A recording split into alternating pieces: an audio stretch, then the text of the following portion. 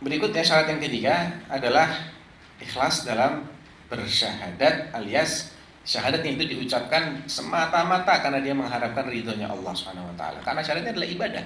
Bukan ibadah paling besar.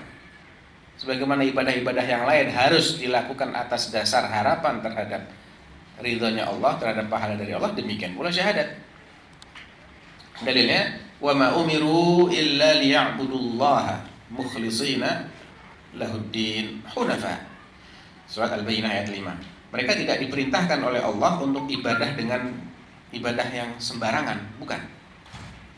Tidak semua bentuk ibadah itu diperintahkan. Hanya satu saja bentuk ibadah yang diperintahkan, yaitu ibadah yang dilakukan atas dasar ikhlas. Kalau ibadahnya untuk riya nggak diperintahkan sama Allah. Wa ma umiru illa. Ini juga membatasi pengertian. Mereka tidak diperintahkan kecuali liya'budullah, untuk beribadah kepada Allah mukhlisin, dalam keadaan memurnikan ketaatan kepadanya. Ikhlas tujuannya semata-mata ibtigha' wajhillah, ibtigha' mardhatillah. Hunafa, menyimpang sejauh-jauhnya dari setiap perbuatan syirik, mengarah kepada tauhid. Nah, ini merupakan dalil yang jelas sekali bahwa setiap ibadah harus dipersyaratkan adanya keikhlasan, termasuk induk dari setiap ibadah yaitu syahadat. Dalil lainnya firman Allah, ala lillahid dinul khalis. Surat Az-Zumar ayat 3. Ingatlah ya, ingat bahwa ketundukan yang murni, ketaatan yang murni itu hanya miliknya Allah Subhanahu wa taala. Al-khalis itu asal kata dari ikhlas. Khalasa yakhlusu fa huwa khalisun.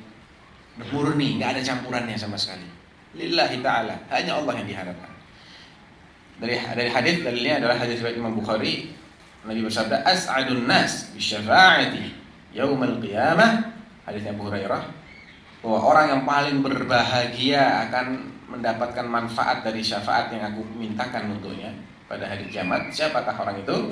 Man qala, siapa yang mengatakan la ilaha illallah khalisan min qalbi, murni dari lubuk hatinya, tidak ada paksaan, tidak ada tendensi apa-apa, dia hanya mengharapkan pahala dari Allah. Au min nafsi. Nah, ini dalil tentang dipersyaratkannya ikhlas. Dari hadis yang lain, hadis yang muttafaq alaih, Nabi bersabda, innallaha qad harrama 'alan nar man qala la ilaha illallah yabtaghi bidzalika wajh Allah. Allah telah mengharamkan neraka untuk dihuni oleh orang yang mengatakan la ilaha illallah yabtaghi bidzalika wajh Allah, dengan mengharapkan wajahnya Allah. Mengharapkan wajah Allah itu tidak sama dengan mengharapkan ridha Allah. Ini perlu antum pahami. Banyak orang menerjemahkan mengharapkan wajah Allah maksudnya mengharapkan ridhonya Allah. Oh, enggak sama. Wajah itu sifat zat, ridha itu sifat perbuatan. Ya. Wajah itu sifat dzatiyah. Ada kalanya orang menafsirkan begitu karena dia mengingkari kalau Allah itu punya wajah benar-benar yang hakiki, diingkari. Makanya dia bilang itu mencari ridho Allah maksudnya. Tapi kalau ahlu sunnah, maka maksudnya bukan dalam rangka menakwilkan. Ahlu sunnah ini menafsirkan wajah dengan lazimnya, dengan konsekuensinya. Orang kalau boleh melihat Allah pasti diridhoi sama Allah, gitu loh. Dan sesuatu itu dibilang, misalnya gini, saya mau cari muka nih. Apa maksud cari muka ini? Dicari restu, ya, cari kesenangan. Tapi istilah cari muka ini secara bahasa tidak boleh digunakan untuk yang tidak punya muka. Boleh nggak?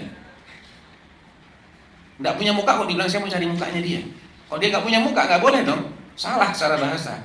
Justru penggunaan istilah ini menunjukkan bahwa pihak tersebut memang punya wajah dia. Ini cuma cari mukanya bos ini. Ya, bosnya punya muka berarti. Nah, gitu kan? Ibtigha' wajhillah itu berarti Allah memang punya wajah. Nggak bisa diingkari. Ya. Ini tangan kanan saya. Itu pasti tangan kanan yang ngomong begini pasti dia punya tangan kanan. Dia punya tangan gitu loh. Kalau dia nggak punya tangan, dia nggak boleh menganggap dia punya tangan kanan.